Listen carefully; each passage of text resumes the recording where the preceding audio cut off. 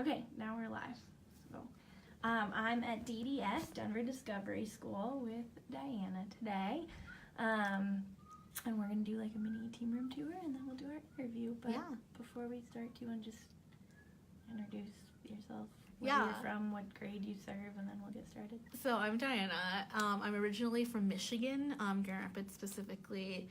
And I'm in 2 classrooms actually. So I'm in language arts, 6th grade, so I work with 6th graders the whole time. And then I also work with 6th graders in English language development. So students who English is their second language and they're still learning, how to write and stuff like that in English. So I help with those 2 classes. Cool. Mm-hmm. And where'd you graduate from college? Albion College. It's a super tiny liberal arts college in Michigan. I'm surprised if anyone knows where that is, so props to you if you do. It's okay, I just like to tell you. Yeah, but I graduated there in May of 2018, so almost a year ago, which is really weird. Time goes by really fast. Yeah. Cool. So let's do our little tour. Perfect. Okay, so I guess I could start off real quick with this wall. Once you start city year, you know what PITWs are, putting idealism to work, and so this is one of the big ones. For city year, all people, especially young people, need 11 things. So these are the 11 words. What is it? I had adventure, structure, challenge, opportunity, respect, joy. Yeah, some of them got a little. Yeah. Their letters fell off, but that's okay. Yeah. So our kids like to have some fun with these words. And then we just have a miscellaneous amount of things. Our school likes to throw a highlight staff members, so they've highlighted that's Mr. DeAndre there. Yeah, that's DeAndre. That's me right there. I thought that was you. Yeah, that's me, the throwback photo, and that's Jenny right there. Oh, okay. Yeah, so we all submitted a photo, and they like to have the kids guess. But, yeah, and so, what is it? Over here, we just have a random bookshelf of random things, our folders for our clubs, our folders where all our trackers are for our students. What clubs do you have? So we have a lot. So we have Anime Club, we have Latinx Club that I run, we had Destination Imagination. Is that like science? Yeah, that's science. It's kind of, it's a spin-off of Odyssey of the Mind. I know when I was a kid it was sort of around, so I don't know if anyone knows Odyssey of the Mind, but you just do projects. You focus on projects, you team build, you work with a bunch of kids. What else do we have? We have Spelling Bee Club, so preparing kids for spelling bees. Oh my gosh, what else? I feel like we're missing one. There's a lot of other ones that we help with also, but we help with like basketball and soccer and any after school sports like hockey. We've done all of that, so those are the ones we specifically help with. And we have our appreciation wall, sandwich bags. We like to throw appreciations in there. It's supposed to be an owl's nest, if that makes sense, because Denver Discovery School is the owls, so we thought it'd be cute to make it an owl's nest, so that's everyone's spot. What is it? We had a culture week recently where we each highlighted a country, so that's why that's hanging there. I think that was Kendra's, but that's what we did. And then this is our, minute dosage tracker. Yeah, it will look different for every team, but Jenny, who made ours, specifically had this vision. Each of one of us is an owl, and we each fill in our minutes with the kids that we have. So on the side, we have a lot of them that are complete, obviously. And so, as the year is getting to the close, we're getting closer to the end, so that's what we have. And how many dosage minutes do you need? I mean, I know the answer, but I'm asking for the benefit of the group. Yeah, you need 900 minutes as every one of your focus list kids, and so a lot of us have reached 900 minutes, some of us have not. And so at least with Jenny, she had it at the bottom. She told us where it needed to be. Yeah, that's where we need to be every month. So we should be almost at 900 hours in May. Some of us people are still in April with 810. But we have that. Here we have our Get Stuff Done board, or GSD board. This is where we put all of the tasks we need to do for the week. So if we have to complete our timesheet, that usually goes up there. If we have to complete our trackers, we have to do that as well. Sometimes we have in-kinding. We have to call businesses. That's up there. Like, have this done by end of day this. So that's where we usually put everything right now. Since it's Monday, I think we're trying to figure out. We're trying to figure out what needs to be done, so that's why it's empty. But usually there's a bunch of stuff on it. When is your team meeting? Our team meetings at DDS are Mondays, so every Monday we have a team meeting. So you'll probably do that. So we'll go over it probably today on Monday, and then by tomorrow, Jasmine and Jenny and anyone else will probably put up what we have to get done for the week. And then usually we just have a whiteboard, but right now, because we have, how many events? We have 1, 2, 3, we have 5 events to do in May. And so in order to really put the pressure on us getting our in-kinding done, getting all the things we need to do, we've made a sort of material list, flyers, secure space, just a checklist of things that we need to get done before those happen, because it tells us when we get done, like continuations for 8th grade, our attendance initiative, CY Heroes, which is the end of the year, our end of the year barbecue for our tutoring kids and after school kids, and then guardian appreciation. So we're trying to appreciate the parents that draw off their kids. Oh, cool. So we have a bunch of things happening. We also have a list of things we have to do, like get a job, finish our, finish our minutes and high quality intervention time. We have to do SMI and SRI testing. Right. We have a lot of things we're doing because it's May and it's the end of the year. And it's too much happening. Explain? Oh, Brenda. Hello. This is DeAndre. Oh, He also hello, works Eric. here. If he can come in if he wants. He's Oh, going if to he water. doesn't need to. Okay.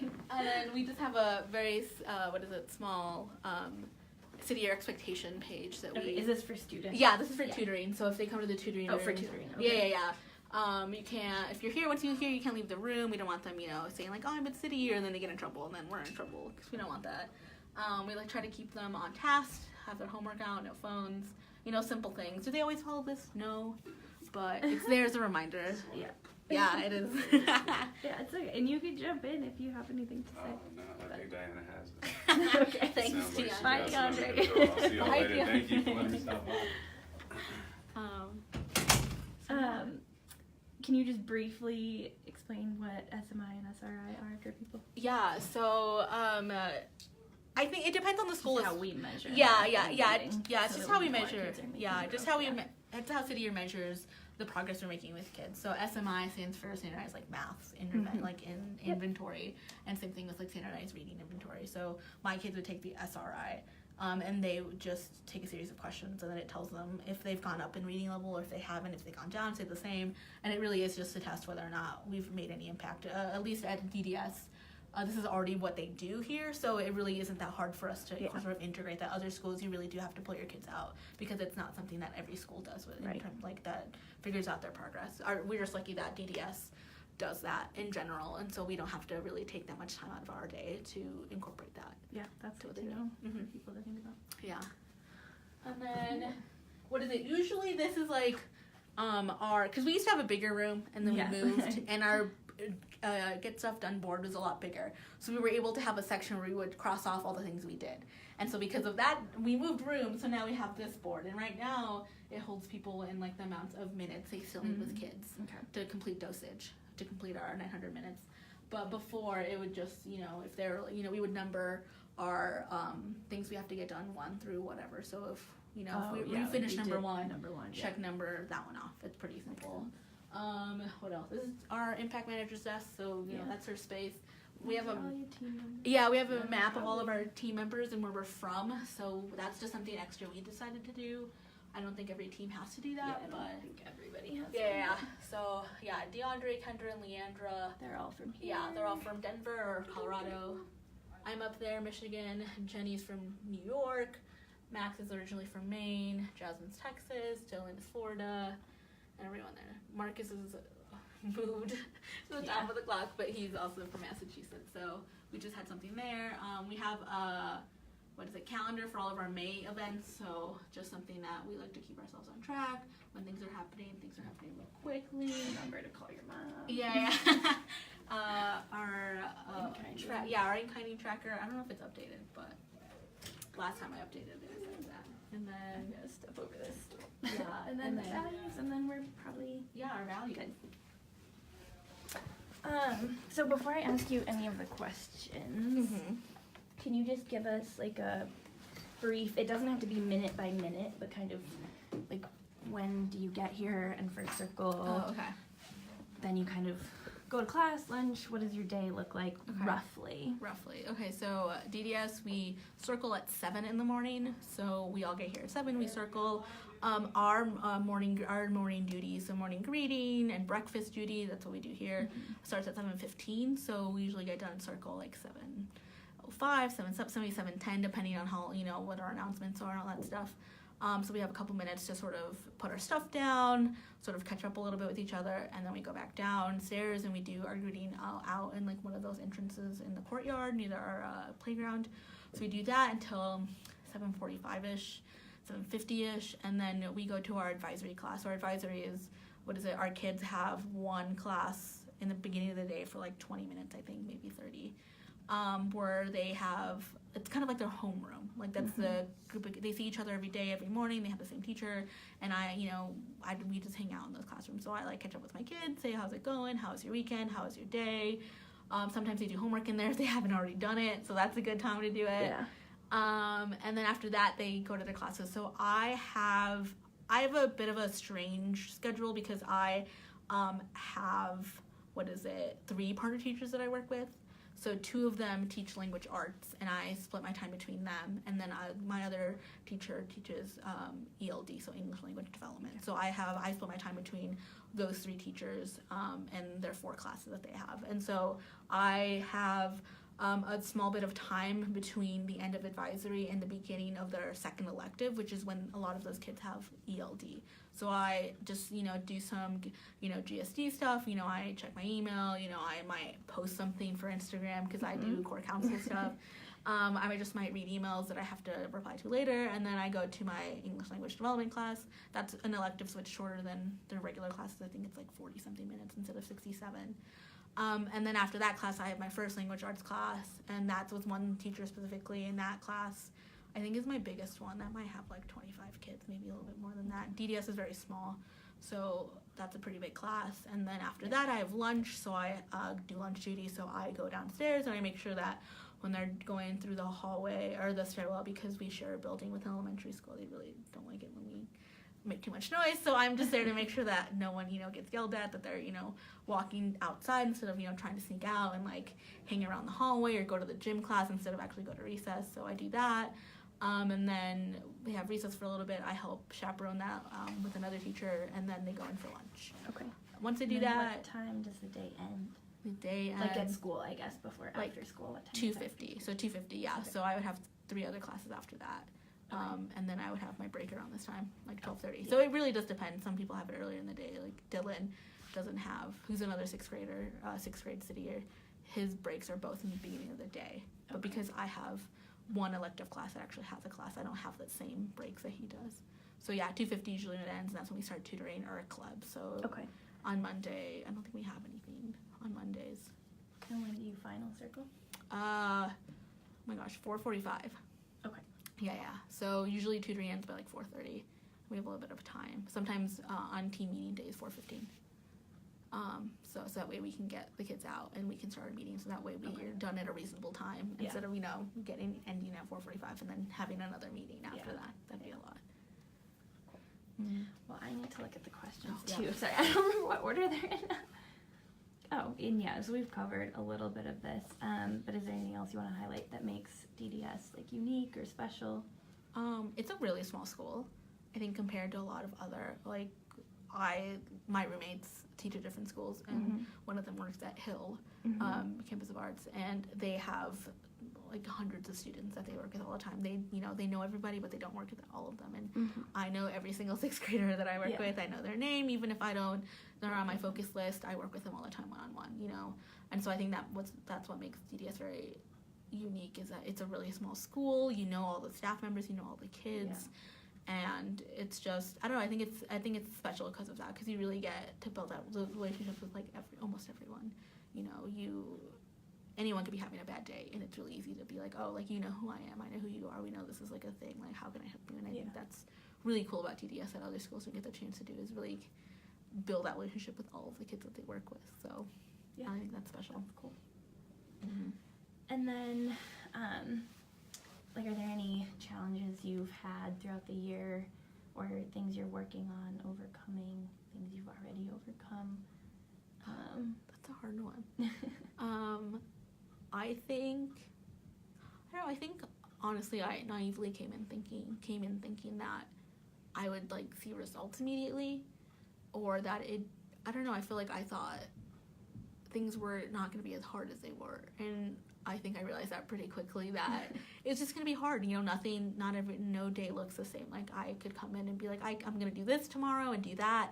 And then something happens, like a fight happens, and then I'm derailed for 30 minutes and I don't get to do what I want to do. Or, something happens that requires me to, like, I don't know, like a kid pulls me aside and it's like, I need to talk to you, and then that changes everything, because I'm gonna miss part of class, and I might have to like ask my teacher to step out and do this, or I don't know. I think, and same thing with kids. Like, I think I started working with kids, it takes time for them to open up and like really trust you, and when you have adults tell you that they really care and then they leave, they have a hard time opening up with you. And so I think I definitely had to work a lot harder and a lot longer to do that with them and have them trust me and open up, and that led to this is a first year partnership too. Yeah, so exactly. They hadn't had city years. They hadn't had city years, and that was the other thing, was figuring out kind of what our role would be in school, because it is so small. Everyone does has triple roles. Teachers have triple roles. Their admin has 7 different things that they do, and so it was city year, at least for us, had to figure out what our role was and what we were doing and what we couldn't do, because there are things we can't do, and how to like create that boundary. So I think that was also kind of tough, because it was, and the kids don't know what a city year is. A lot of them didn't, so that was also the thing of like, why are you here? Why are you trying to help me?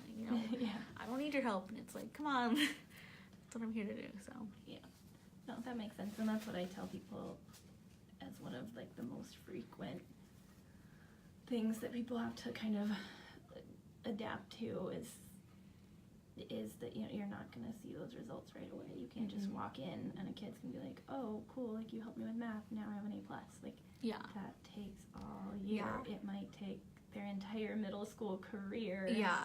You're helping them in a little way, but it doesn't mean that that's going to change everything immediately. Progress isn't linear, and I had to learn that, and I was definitely the person. Let's repeat that quote. Progress isn't linear, and I had to learn that. I had to learn that, and I don't think I realized. I thought I knew that, and I didn't, and so I had to learn that. And sometimes you have kids that show such an improvement, and then they like do something that like kind of derails that a little bit, and you're like, and like they're gonna do that. Like they're 12, and I think I forget that too. Like they're 12. I work with 12-year-olds, and they're babies, and they're just learning how to handle their emotions, and to expect that they have full grasp of how they should feel and how they should express that it was very naive of, I think, anyone, in me specifically, to also believe that they just understand how to do that and be like, let's figure it out, like let's ignore it. And it's like, I can't, and then you're like, you're right, me telling you that's not helping you whatsoever. Well, thank you. That's a good answer. And then on the flip side, like, what's been one of your favorite things this year, or like favorite memories or most positive experiences, either with kids or with your team or anything? I mean, I genuinely love all the kids. I think a lot of the kids obviously are like, why do you work here? The school sucks, like they think it's so bad. And I'm like, honestly, because of you guys. Like, if it wasn't for them, I don't think I would have had such a positive experience. It hasn't always been the best. I've totally had bad days. I've had to stop fights. I've had kids, who had really rough days that then, make things rough for you. But honestly, it's because of them, and like, it's just so cool to work with work with kids that, I don't know, like, I think getting to know them a lot more deeply, you just get to see a sense of who they are as people, and they're kids, and they're so much fun, and they're really funny, and they make such they're so like, and that's the thing, I think middle schoolers are not afraid to call you out on anything that happens. Like, if I'm having, like a bad hair day, they're like, Miss, why is your hair look so messed up? And I'm like, thanks guys, I really appreciate that, but they're like not afraid, and I think that's so funny. I think that's what makes middle school so much fun and unique, is they're like becoming them, like their own person, and because of that, they're not afraid to tell you everything and anything that they feel, which is so funny. And I think also got really lucky with my team. I don't think I would have had as good of a year if I didn't have a great team. I think we've all weirdly complement each other in so many different ways, and we are all able to work really well. And because this is a first year partnership, we were able to bond on all of that and how to figure out like our own roles, and we're all sort of in the same point in our life, but we're in such different stages in that it's, I don't know, I think I was really lucky to work with the team that I work with, because we're all like family and we all get along, and it's just, it's weird. I don't know. It's hard to explain. Because of them, things have been so great, and I think not everyone's going to have that, which is really sad. I wish everyone could have the same experience that I've had with my team, but I think when you have such a solid team, it really does make things easier. Well, that's what most people say, even though like, you love your team, but that's usually the answer I get. It's that they're like, I love my team. So it's true, because everybody's in like kind of similar life stages. Yeah. Like coming here for the same reasons. And, and No so- one has the same, like, no one will understand this year more than the people you work with. Like, Yeah. no one will. Specifically, even on your school team. Like, if I talk to someone from a different school, we can relate on some things, but not everything, because things are so different. So it's really cool to, like, meet people that is, like, you know, I have now 8 people that completely understand this entire year of my life. And moving to Denver and working with these kids, and, you know, no one else will get that, which is really weird. You know, no one else will understand it and have that same sense of camaraderie that you will right now, which is really weird. Well, and you mentioned the moving to Denver, and that was my last question, was like, is there anything else about your transition to Denver or city year that you think is important to share with other core members? I don't know, I think it's just gonna be weird regardless, like, especially if you move across the country. Like, I've lived in Michigan, like, my entire life, except for one summer I lived in Boston, and that's pretty much been it. I've never, you know, lived away from my family, so that was kind of hard, was to move from Michigan to Denver and have it be such different in terms of, like, the culture of the city. You know, Michigan's a lot more slower, it's a lot more sleepy, and Denver is not that at all. It's booming, it's hot, there's so many things happening at once, and it's growing so fast. I don't know, I think that was something that I had to adjust myself, was moving across the country away from my support system, which is something that I think a lot of people are going to have to figure out how to, like, handle that as the year goes on. Because how did you figure that out? If you don't mind sharing, or like what resources or support systems or people?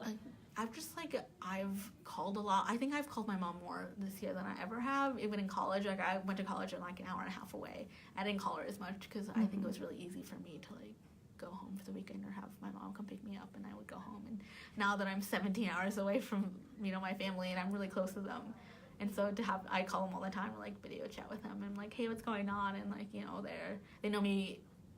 they know me before this, so they know sort of how I handle things. And so it's really cool to, I don't know, when I'm so caught up in some, you know, things, or, you know, you're kind of bound to take some things home, they're really good at being like, hey, like, remember this, and remember, you know, you think this way, and don't let this, like, affect you in this way. Or, I don't know, they're just really good at telling you advice. You know, your family knows you really well. And I also happen to be really lucky with the roommates that I have. I live with 3 other city year people, and we've managed to get really close. And again, like, no one can understand you more than anyone, or no one can understand this point in your life more than people who did city year also. So it's really helped that they are also doing city year, because if they have a really bad day at school, I'm like, oh, girl, same. Like, I also had a really bad day, or, like, oh, I had to stop a fight. I'm like, same. Like, oh my God, like, someone gets that, and I think that really helps. Just talking with them has really helped. And then, what is it? I had something else about Denver that I was gonna say. I don't remember. It's okay. You can think about it. It's not. Yeah, no, like, moving here is hard, and I think for me, I've never, like, really worked in education, so that was also, like, the difficult part. Was I definitely didn't think I don't know, I definitely didn't feel, like, prepared, but that's just because I'm also the type of person that feels like I need to over-prepare. And so I definitely was, like, beforehand, I was like, oh my God, am I ready? Like, is this gonna be easy? Like, I don't know, like, what's going on. And honestly, like, the first, like, month here is such a learning experience, and, like, you'll learn everything you need to, you know. Training can only prepare you so much, you know. Right, you've got to learn some of it on the job. Yeah, or, like, just because, you know, training tells you, like, oh, like, if a student, you know, is refusing to follow a direction, you know, do this. Like, on paper, that's perfect, but when you actually talk to a student, you actually get to meet them, it's so much different. Or just because, you know, they might, like, list out your everyday, you know, schedule, doesn't mean that it's going to look that way all the time. It always changes. Everything changes in the school setting. Yeah, everything that they teach you changes. And so I think that was the other big thing, was I thought that, I don't know, I, again, thought that everything would just kind of sort of translate over. That's not the case. Everything changes, and you really do learn in that month. And that month is, like, the most important, is where you learn everything, and it will feel scary. At least for me, I was like, I'm not prepared, I'm not ready. And then after that month, I was like, okay, you know what, throw whatever you want at me. I think I'm fine. I think I can do it. Yeah. Mm-hmm. Well, that's good. So, yeah. Anything else about city year, or anything you think is important? Or good? Do you have a favorite PITW or founding story to leave us with? Or, I don't know. My favorite PITW is everything is not, like, as it seems, or as it, I forgot what PITW was. Or, like, not everything is as it seems, or not everything will be We can look it up and comment it on the Yeah, video but afterwards. yeah. Oh, a city year's not what you think. I think that's Oh, what it city is. year's not what I think. Yeah, think what it you is. think. That's number 112. Yeah. We actually number 112. That's the one I like the most because I think that's embodies city year very well. You have an idea, and some of those ideas are right, some of those assumptions, but then you do it and it's completely different. And I don't know, it's so weird, like, because I would have so many questions and I would sort of watch these and then be like, oh, like, I think I know what's going on, like, oh, like, why did they, like, I don't know, like, I thought all my questions were answered, and then, yeah, sorry. No, it's okay. I was just like, well, something's happening on the other side. Yeah, no, we have the music room on the other side, so okay. you can hear. I'm very surprised you don't hear them practicing right now, but yeah, no. So, yeah, I think that embodies city very well. And also, winters here in Denver aren't that bad. Coming from Michigan, Oh, gosh. people no. told me it would be bad, and I brought, like, my big winter coat, and I literally used it once. Like, once. And that's the only time I used it, and that was because I had to shovel our sidewalk, and that was it, because it was very windy, and that was about it. And so I think that's the one thing. Yeah, depends where you're coming from. Like, Yeah. you're coming from Michigan versus You're- somebody coming from Florida. But yes, I would agree with you. Yeah, so that was the one thing I think the weather that was surprised me was it really is sunny all the time. Yeah. And the winter is not that bad. And yeah, that's it, yeah. Cool. Well, thank you. And if Yeah. anybody has questions, just comment on the video. Diana's in the group, so she can answer Mhm. questions later if you come up with any. Yeah. Otherwise, thanks. Yeah, thank you. Bye. Bye.